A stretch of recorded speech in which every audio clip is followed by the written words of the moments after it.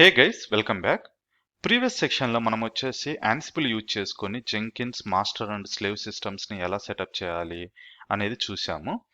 ఈ సెక్షన్లో వచ్చేసి మన సోర్స్ కోడ్ గురించి and Jenkins master and slave configuration, అలాగే పైప్ లైన్ని ఫ్రమ్ స్క్రాచ్ నుంచి ఎలా రాయాలో చూద్దాం.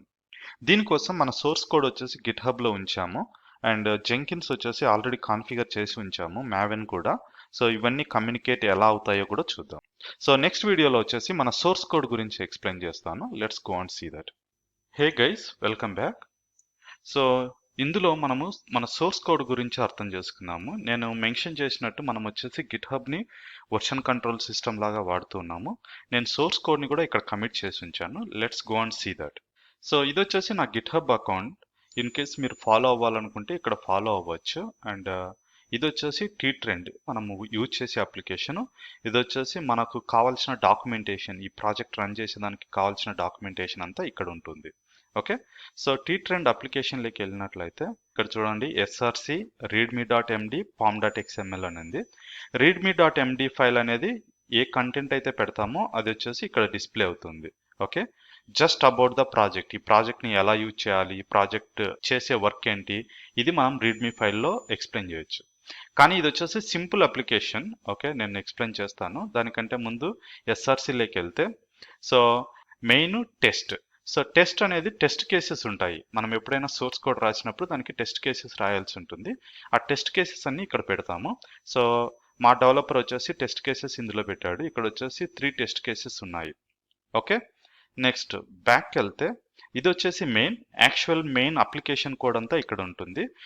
ఇది వచ్చేసి ట్విట్టర్ ట్రెండ్ అప్లికేషన్. మేము స్టిల్ ఇంకా బిల్డ్ చేస్తున్నాము, బట్ ఈ డెమోకి కావాల్సిన రిక్వైర్మెంట్ అయితే ఇందులో ఉన్నాయి. సో ఇక్కడికి వెళ్తే రీసోర్సెస్ అండ్ డెమోస్ అనేది కదా. సో రీసోర్సెస్ అంటే ఈ ప్రాజెక్ట్ కావాల్సిన రీసోర్సెస్ అన్ని అప్లికేషన్ డాట్ ప్రాపర్టీస్లో పెట్టచ్చు. ఓకే, సో యూజువల్గా మనం అప్లికేషన్ డాట్ ప్రాపర్టీస్ అనేది ఏవైనా వేరియబుల్స్ లాగా పెట్టాలి అనుకుంటే ఇందులో పెట్టచ్చు. ఇక్కడ చూడండి, సర్వర్ పోర్ట్ అనేది కదా, అప్లికేషన్ పోర్ట్ నెంబర్ 8000 మీద రన్ అవుతుంది అన్నట్లు అప్లికేషన్ ప్రాపర్టీస్లో పెట్టించాము. ఓకే, బట్ ఇది వచ్చేసి మనం ఎక్కువ వాడము. సో మనం వచ్చేసి యాక్చువల్ అప్లికేషన్ని సిమ్యులేట్ చేసేదానికి ఇలా పెట్టాము. నెక్స్ట్ థింగ్ వచ్చేసి మెయిన్ కోడ్ లెక్కకి వెళ్తే ఇక్కడ చూడండి, మనకు controller and demo workshop application dot Java అనేది కదా. సో కంట్రోలర్లోకి వెళ్తే repository details controller dot Java. So ఇది వచ్చేసి యాక్చువల్ అప్లికేషన్ కోడ్. ఓకే, ఇదంతా ట్విట్టర్ ట్రెండ్ రిలేటెడ్. బట్ మనకి ఏమవుతుందో నేను చెప్తాను. It returns a value called greetings from Velaxy Technologies. So ఈ మెసేజ్ని మనకు బ్రౌజర్లో డిస్ప్లే అవుతుంది. That's all it is going to do. All right, so ఇది వచ్చేసి మన అప్లికేషన్. అండ్ మళ్ళీ ట్విట్టర్ ట్రెండ్కి వెళ్తే ఇక్కడ చూడండి, pom.xml అనేది కదా. సో జావా బేస్డ్ అప్లికేషన్ని మనము జెంకిన్స్ త్రూ బిల్డ్ చేసేదానికి pom.xml కావాల్సి ఉంటుంది. ఈ pom.xml వచ్చేసి dependency packages and output of this package, version, release అన్నీ ఉంటాయి. ఇక్కడ చూడండి, ఇది వచ్చేసి spring boot Java based application. Version వచ్చేసి 2.2.0 అని ఇచ్చాము. అండ్ ఇది వచ్చేసి జార్ ఫైల్ని జనరేట్ చేస్తుంది.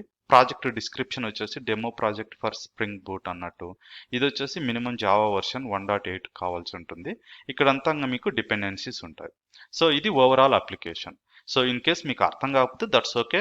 మన రెస్పాన్సిబిలిటీ వచ్చేసి ఈ కోడ్ని తీసుకొని బిల్డ్ చేయగలగాలి. Okay, that is the intention. So ఈ కోడ్ని మనము జెంకిన్స్ యూజ్ చేసుకొని బిల్డ్ చేస్తాము. దీనికే మనము జెంకిన్స్ పైప్ లైన్ని కూడా క్రియేట్ చేయబోతున్నాం. That's all for this video. Next వీడియోలో వచ్చేసి మనము జెంకిన్స్లో ఒక టెస్ట్ జాబ్ రన్ చేసి తర్వాత జెంకిన్స్ మాస్టర్ అండ్ స్లేవ్ కాన్ఫిగరేషన్ని ఎలా సెటప్ చేయాలో చూద్దాం. Thank you so much and see you over there.